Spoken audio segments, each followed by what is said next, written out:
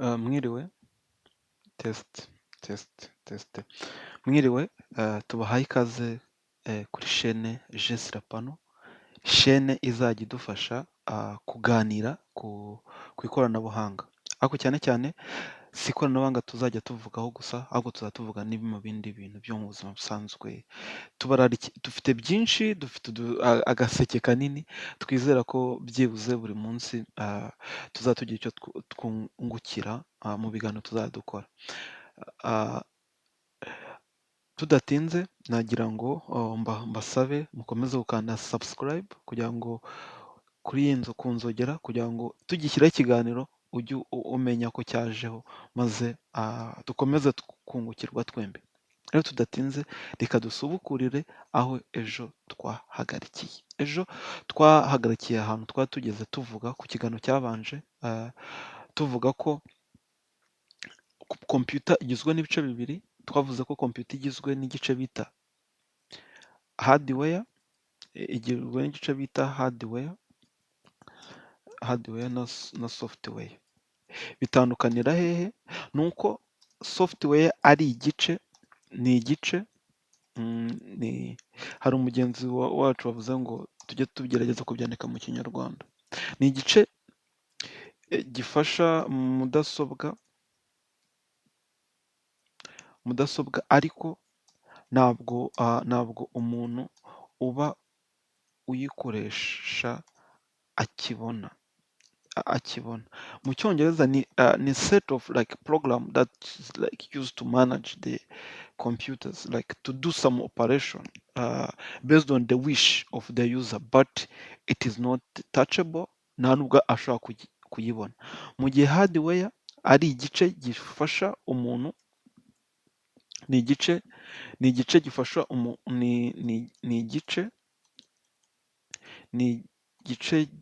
gifasha umuntu gukora, ariko cyane kikaba kigaragara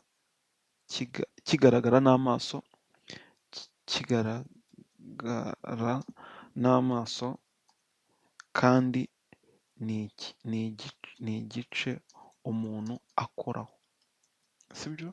Ni igice umuntu akoraho.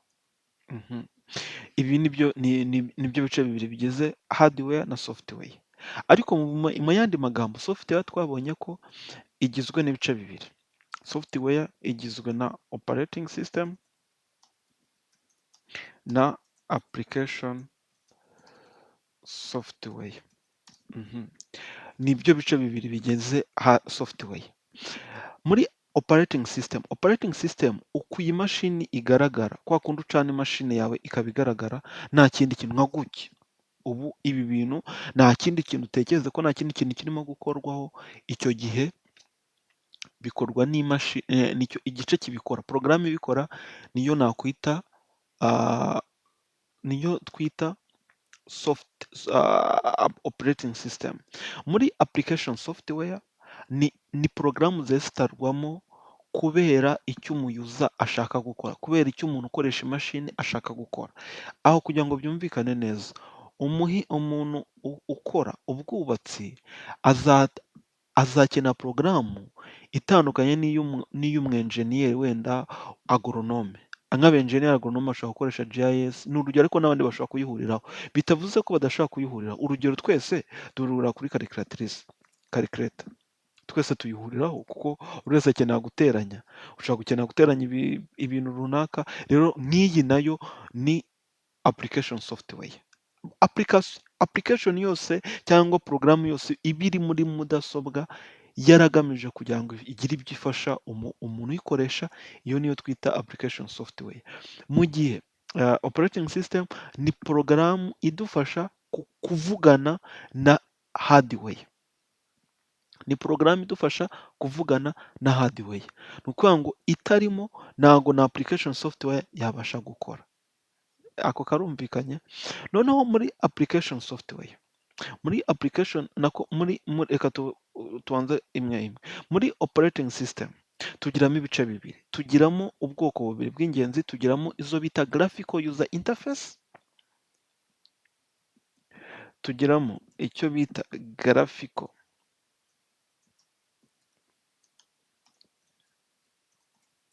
na na command line interface. Graphical user interface mu yandi magambo niyo twita GUI, indi tukayita CI. Izi nizo interface ebyiri tugira, command line interface na graphical user interface. Bitandukanira he? Reka mbaho urugero. Nababwiye ko iyi nayo ari operating system, ni operating system. Muri operating system tugira, mvuze ko tugiramo ibice bibiri, tugira icyo bita graphical user interface, tukagira na command line interface. Reka dufate urugero. Graphical user interface uzazibwirwa n'iki? Uzazibwirwa nuko zigira icon.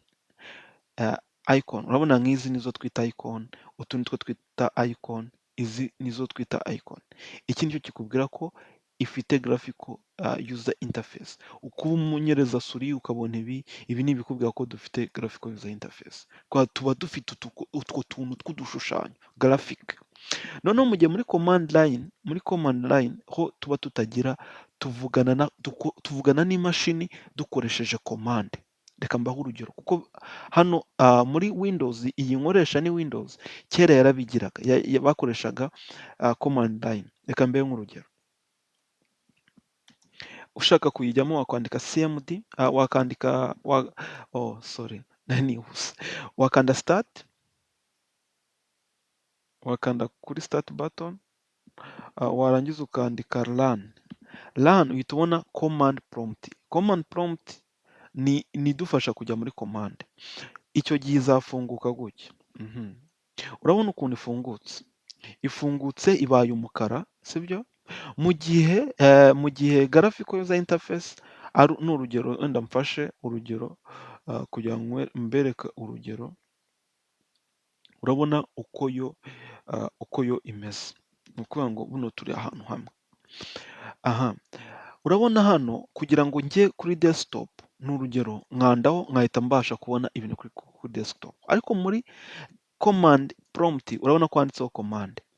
Kugira ngo mbashe kujya kuri desktop nzakora iki? Nshobora gukora dir. Iyi ni command dir ivuga list directory. Ninkanda kuri enter,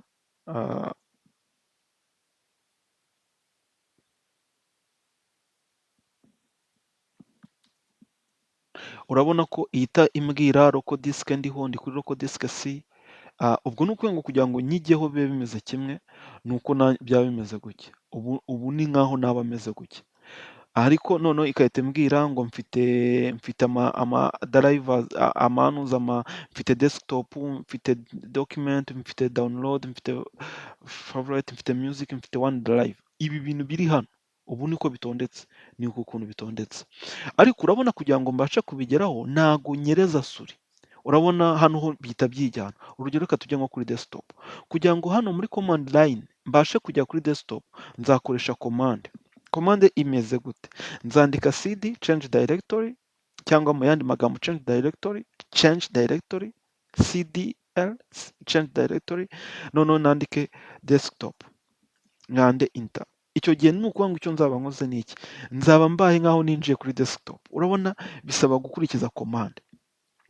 Noneho nshaka kureba aya mafayilo, aya mafoda nk'uko agaragara kuri desktop, nzandika list directory dir.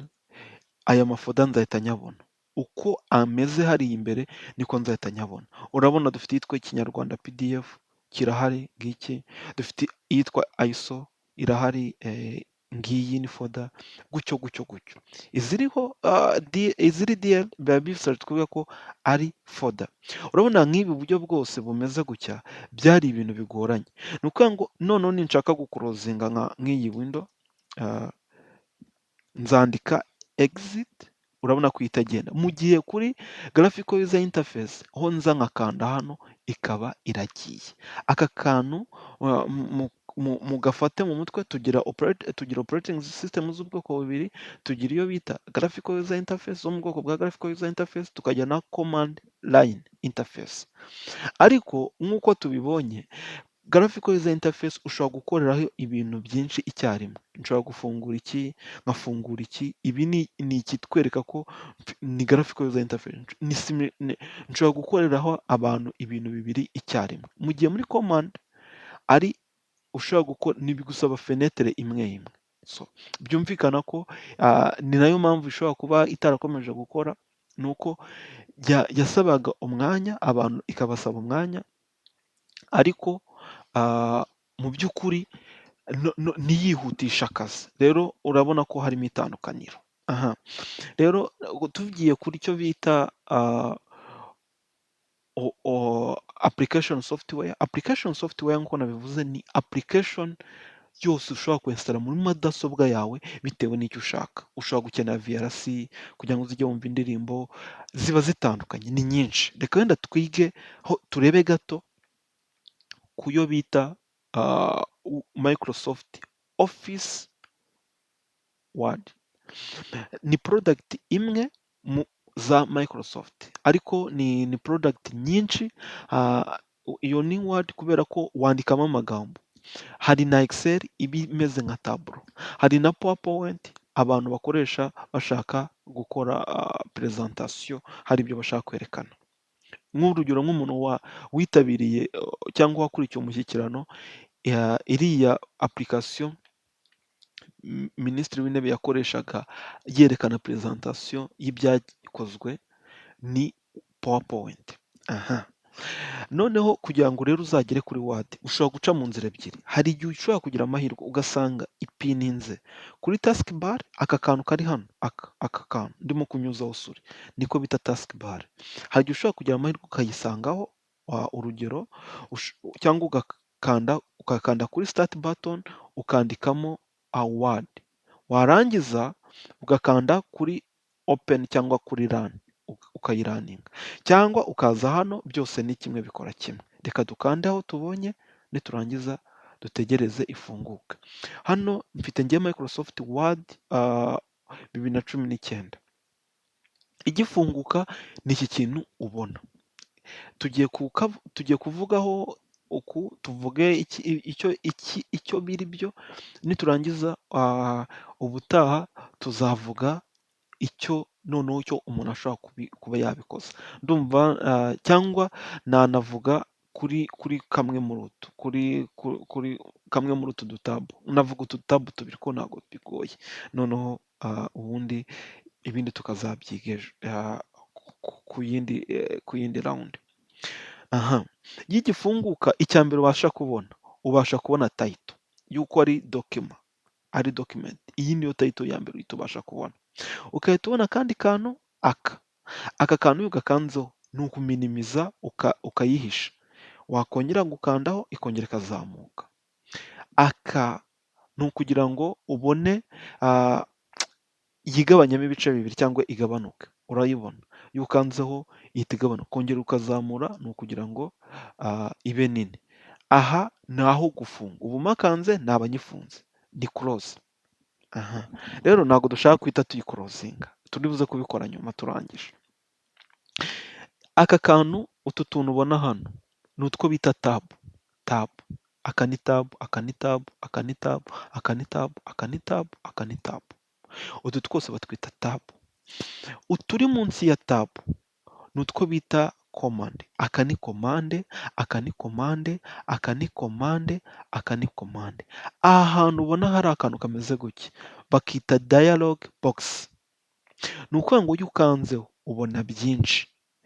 Aha hantu ubona handitseho phone, ni ukuvuga ngo kuva aha kugera aha ni icyo twita group. Ni group, icyo bikora ni ukuyiha ubwiza. Aha kuva hano kugera hano bijyanye na paragraphe, kuva aha kugera hano bigakora icyo bita style. Noneho uyu mukubo wose ahantu ndimo kunyuza aha hejuru hari command, niho twita ribbon. Ribbon rero uba ushobora kuzihisha. Iyo ukanze hano nari nagatarutse, uba ushobora kuba wazihisha, urabona ko nk'ubu tuzihisha, sibyo? Wakongera ugakandaho kugira ngo zigaruke, uraza ukagira ngo show tab and command. Aha. Command rero iyo uri kuri tab, iyo uyihinduye aka kabara niko iri bara rya ribo aho riri ubwo biba bishatse kuvuga ko ari naho tab iri activated. Iyo uyivuyeho ihita igenda igafata ibara ryo hejuru ryo kuri title. Aha. Ako kantu karumvikanye? Reka turebe kuri home turebe ni ibiki bihaba. Twabonye ko haba font. Font ni ibijyanye n'uburanga cyangwa guhindura inyuguti. Reka dufate urugero twandike wenda amateka. Amateka nshobora kuyahindura font. Kuyahindura font ni ukongerera umuti w'ingano, umuti kugira ngo ube mwinshi utsindagire. Kugira ngo ntsindagire nzakanda hano kuri ino nyuguti ya B, bold. Iyi nyuguti ya I irabihengeka. Ni ukubishyira muri itarika. Mu gihe wenda nko mu gihe urimo kwandika ibintu byavuzwe n'undi muntu, bigomba kujya muri itarike. Iyi ya U ni uku underline, ni ukubicaho umurongo. Urugero. Aka ka straight through ni ukubinyuzamo umurongo mo hagati. Nko kwa kundi umuntu wavuga ngo iki kintu kirapfuye. Hakaba akandi kantu kitwa subscript, ni ukujyana inyuguti hasi. Reka wenda dufate urugero nka kera abantu bize shimi, hari ikintu bitaga ngo mwihangane, hari ikintu bitaga hashidezo. Ntabwo mu by'ukuri bacyandikaga, abantu babyibuka bibuka shimi, ntabwo bandikaga hashi na kabiri. Bafataga kabiri bakayijyana hasi. Kugira ngo ubikore uzabyandika gutya. Ni ukuyifata ukahita uyiselekisiyona. Kuyiselekisiyona baselekisiyona bate? Bafata ahantu ufata kuri icyo kintu ushaka, ukanyereza ujyana ku ruhande. Ugafata kuri left click ugakumishaho, warangiza ukajyana ibumoso cyangwa ukajyana iburyo bitewe n'aho ushaka kwerekeza uselekisiyona. Warangiza ugashyiraho kuri subscript cyangwa ukajyana kuri superscript. Icyo gihe ihita ijya hejuru cyangwa ikadufata urugero. Urabona ko igiye hejuru. Ubwo nizere ko murimo kugenda munamenya ngo hano twabyandika gute. Kadufata urugero, kera abantu bize imibare hari akantu bandikaga ngo x square plus 2 wenda plus d6 maybe wenda bingana na 4. Ni urugero. Ariko mu by'ukuri turabizi ko x power 2 batayandika gutya. X bwikube kabiri ntabwo bayandika gutya, ahubwo bahita bayizamura hejuru. Ubu ni uku wabyandika. Ni utu tuntu icyo dushatse kumara. Iyi kaburi nayo ni font, ariko habamo nyinshi. Ni uguhindura uko ibintu bisa. Urabona ko uko uhindura bigenda bihindagurika. Reka nze mbereke. Urabona ko bigenda bihindagurika. Kanze nkaho mbyegeza hirya ku ruhande. Aka kabijyana ku ruhande. Urabona ko ariho bigiye. Aka kabizanamo hagati. Aka kabijyana ku buryo bizajya birangiriza ku mpande. Reka tubijyane ku ruhande kugira ngo mujye mureba ko font ihinduka. Tuvuge urabona ko bigenda bihinduka, sibyo? Bitewe n'icyo ukunda. Ariko nk'iyo urimo kwandika ibaruwa, akenshi dukoresha Times New Roman, tukabifikisa muri 12. Yego.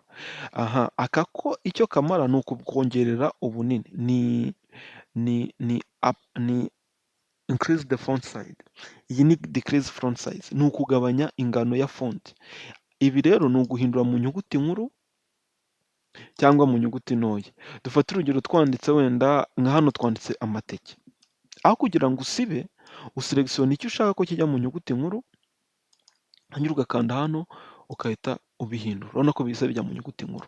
Ni ukuvuga ngo ntabwo n'ibya nibyo ngombwa ngo uranditse ngo ibintu usiba. Ushaka kwandika nk'izina, urugero, ushaka waselekisiyona. No guselekisiyona nabwo si ngombwa ngo uhite unyereza suri urimo gukoresha nk'imashini. Ushaka wahita uselekisiyona, warangiza ugakanda urugero nk'amakomande ugomba kuba uzi.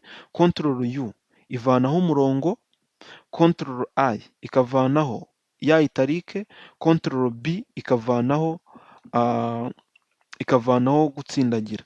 Noneho Control equal minus equal igatuma umurongo wari waciye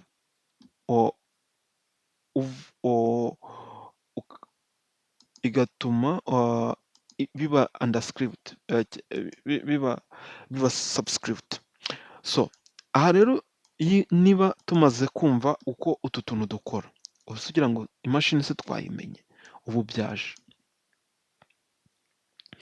Aka kantu kari hano hejuru ni agasiba, kahita gasiba ibyo twari twakoze mu by'ukuri. Aha rero hano dushobora gucishamo ibara, urugero ujya ubibona ugasanga nk'ibintu bimeze gutya, ni ahantu baba babikoreye.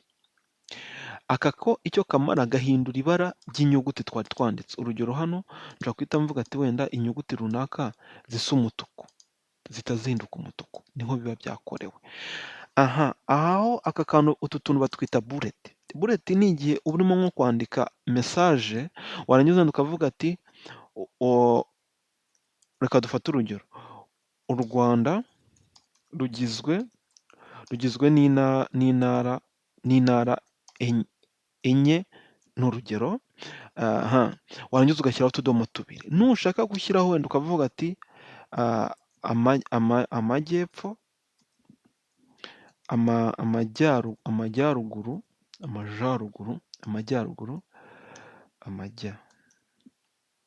ndimo kwandika, noneho uburasirazuba, uburengerazuba.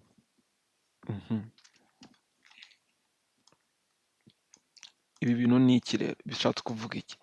Ninza nkashyiraho bullet, nkashyira hano kuri bullet, bizasa nka bya bindi nashakaga kuvuga ngiye kulistinga, bizahita byikora.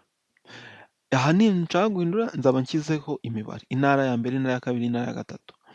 Hano aka kandi gakurikiraho mu gihe naba hari ibindi bigiye birimo hasi. Urugero nkavuga ngo amajyepfo agizwe n'uturere tuhe, nkahita mvuga ngo agizwe n'uturere agizwe n'akarere wenda Kamonyi, sibyo? B, Ruhango. Yego, urabona ko ni aka kantu kabikora. Ni aha bikorerwa. Aha twabibonye ko ari ukujyana ku ibyo waselectionnye uruhande rumwe, aha akabijyana ahandi ku rundi ruhande, aha bikaba biringaniye. Wanditse nk'ibintu biri ku murongo, aha niho bikorerwa.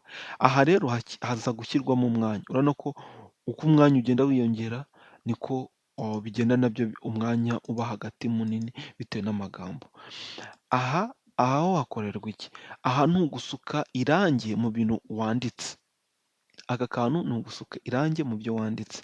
Aka gakurikiyeho ni ugushyiraho guca nibyo nakwita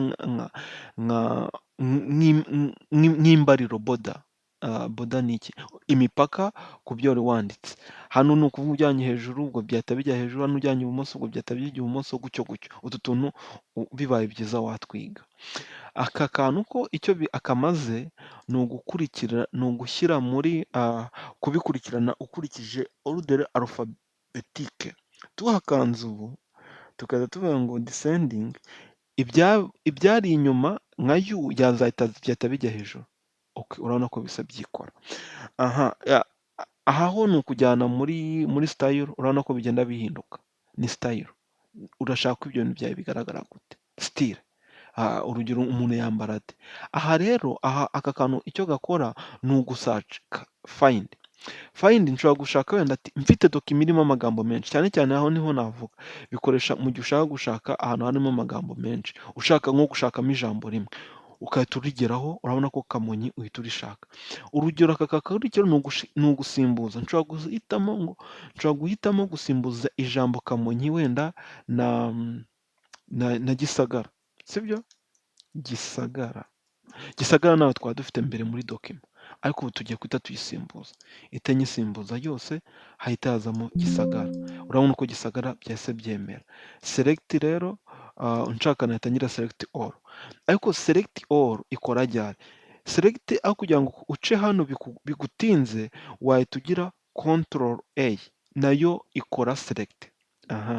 Nyuma y'uko umaze gukora document, nk'uko twabibonye ubushize yuko hano tuba turi, ibintu biba biri muri RAM. Umuriro uramutse ugiye, ibi bintu ntabwo twakongera kubibona. Cyangwa turamutse dufunze tutabisevinze, niyo mpamvu ibanza kubanza kubitubaza. Turamutse tugize tutabisevinze, irabanza ikabitubaza. Reka duhite tureba rero ukuntu umuntu asevinga. Usevinga gute? Uraza ukajya hano kuri fayilo, warangiza ukaza open. Aka bivuga iki? Open ni mu gihe ushaka gufungura dokima isanzwe ikoze, mu gihe hano new ari ugukora indi dokima nshyashya. Hano info ni ukushyira ni amakuru bimeze bite, yakozwe ryari. Urabona ko yakozwe ikorwa n'umuntu witwa gutya. Save ikoreshwa mu gihe nsanzwe nari nigeze gusevinga. Savers, reka tuba ariyo tubanza dukoresha. Savers, iyo ugiye gusevinga ushobora guhitamo aho ushaka kuyisevinga, kuri desktop, muri my document, muri download, biterwa naho ushaka. Ariko kuvuga ko document wayibura, reka tujye tusevinga kuri desktop. Iyo urangije ushobora guhitamo ubwoko y'uko ushaka kuyisevinga. Rero akenshi .x, iyi .x ni uko iyo x ntabwo tuba tuzi format yakozwe ryari. Iyi ya .doc yakozwe muri 2003. Hari igihe uzajya usevinga ibintu usange byafatanye ugiye kubiprinting, niko biba byasevinzwe muri foruma iyo mashini itabasha gusoma. Ariko cyane cyane tuzajya tunakoresha PDF. Iyo ushaka kubisevinga as PDF ubisevinga gutya. Hano rero ushaka wahita uhitamo ninde nyiri dokima, ninde wayihimbye. Urabona ko amazina y'uwo muntu akenshi ahita aza title. Ushaka nko kugira ngo ubyite title, wabyita wenda uduce tugize u Rwanda. Ni ukuvuga ngo bizajya bihita byigaragaza muri PDF nimba isevinga. Reka mbisevinga as PDF, nyuma irahita ifunguka kuko nagize ko igomba guhita ifunguka. Urabona mu by'ukuri yisize yitwa uduce tugize u Rwanda. Niyo nahindura iyo dokima nkayita wenda irindi zina, iraza kuguma yitwa hano hejuru hajye higaragaza title yuko ari uduce tugize u Rwanda. Ibi bintu birafasha nk'iyo wenda urimo gukora ugiye gutanga nka CV, byaba byiza ugiye wibuka kwandikaho title kugira ngo umuntu ajye ahita abona amazina yawe. Tumaze buriya ntabwo twayisevinga nka PDF. Reka tuyisevinge, noneho tujyaho batubaza ngo tuyisevinge gute. Niturangiza desktop, niturangiza wenda tuhita tuyita u Rwanda. Ndashaka kuyisevinga nk'u Rwanda kugira ngo mbitandukanye na title, kugira ujye ureba title ihita iza hariya hejuru. U Rwanda, urabona uko tuyisevinze, sibyo? Noneho ubu nidufunga title yayo, nitujya kuri info, title turabona ko ari uduce tugize u Rwanda. Bivuze iki? Bivuze ngo ninjya kuyifungura nko muri PDF cyangwa nyohereje umuntu, we azaba abona ko ari uduce tugize u Rwanda kurusha uko njye naba ayibona nk'uko dokima yanjye nayise. Reka tujye kuri PDF yacu turebe uko twayise, noneho tuyihindure izina turebe uduce tugize u Rwanda. Niturangiza tuyite test, tuyopeninge.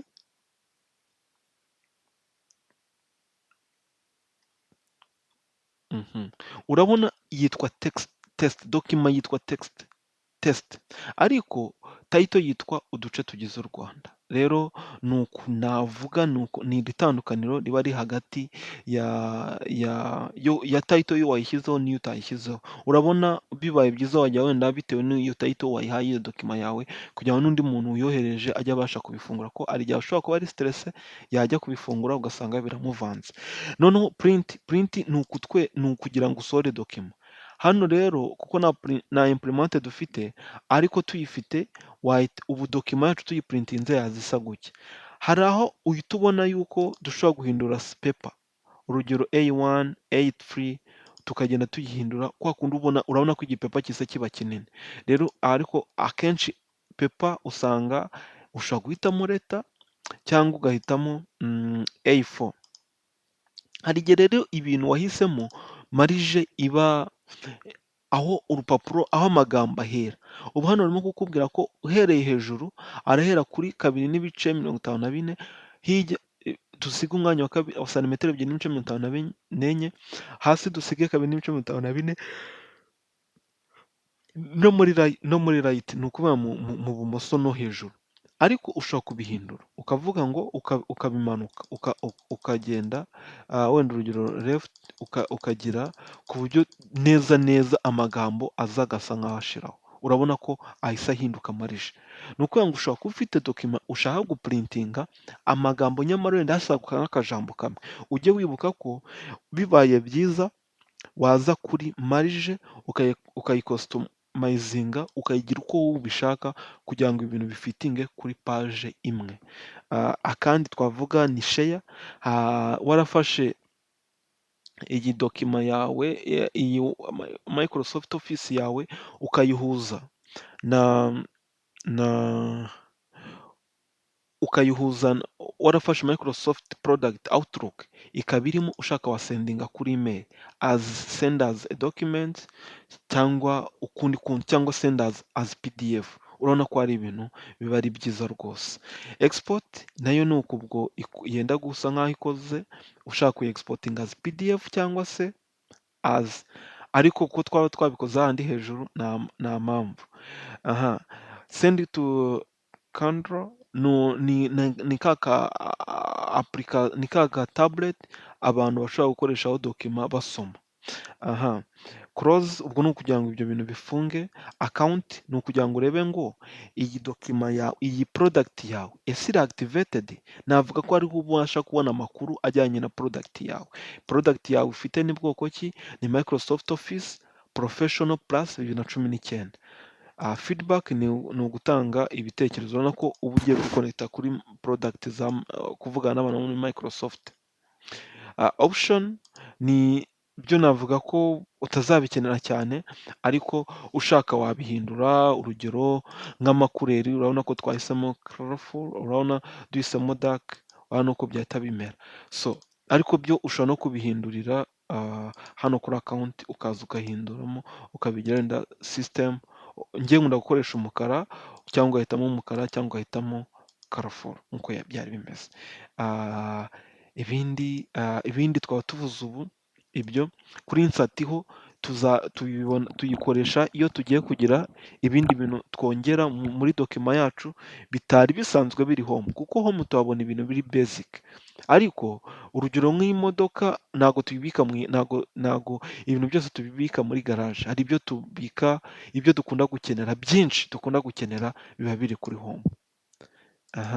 Draw yo tuyikoresha iyo dushaka gushushanya. Urugero urabona ko nshobora gushushanyamo. Kuri design ho ni uguhindura ubwiza, twabibonye ni style. Layout nabaye nk'uzivugaho, mvuga kuri size, mvuga nshaka nacamo amakorone abiri, nabyo ni ibintu bishoboka. Urabona ko hano mfite korone imwe, ariko nshobora gukora indi korone ya kabiri. Nayikoze deja. Korone ya kabiri urabona ko ihise iza kuri korone ya kabiri. Urabona ko korone ebyiri zavutse. Iyi nicyo imara. Nshobora gukora eshatu, nshobora gukora enye. Hari nk'ibitabo uzajya ubona bifite korone ebyiri nka Bibiliya, usanga akenshi bifite korone ebyiri. Reference yo tuyikoresha cyane cyane iyo ugiye nko kwandika memoire. Nzagerageza mbakore nk'akadokima urebe nk'umuntu ushobora kuba agiye kwandika nka teze uko abigenza. Mailing twayikoreshaga kera cyane, email zitaraba nyinshi, ariko ubu navuga ko dusigaye tuyikoresha gakeya. Review yo tuyikoresha iyo dushaka kureba nk'amagambo, twanditse amagambo angahe. Iyo dushaka gucekinga garama tureba ko ibyo twanditse nta makosa arimo, cyangwa abantu baduhaye comment dushaka kuzisubiza cyangwa kuzemeza cyangwa kuzihakana. Ibi byose bibera kuri review. View yo ni ukugira ngo turebe ubwiza bwa dokima yaba isa gute. Ese dukoze web yaba igaragara gute? Urabona tubijyanye muri web ni uku yaba igaragara, tuyijyanye kuri internet ni uko yaba igaragara. Kuri read mode umuntu ashatse kuyisoma yaba igaragara gute? Ko biri paje ebyiri yaba igaragara gutyo. Ni uku navuga, nibyo navuga by'ingenzi, ah, ibindi ibindi ibindi rero ibindi ibindi se ibindi reka tuzabirebe muri video zikurikira. Mwakoze, turabashimiye kandi mugumye mukore like na share na comment mufite icyo mwumva mushaka ko twazabaganirizaho ubutaha. Turahari kugira ngo tubikore. Murakoze, ibihe byiza.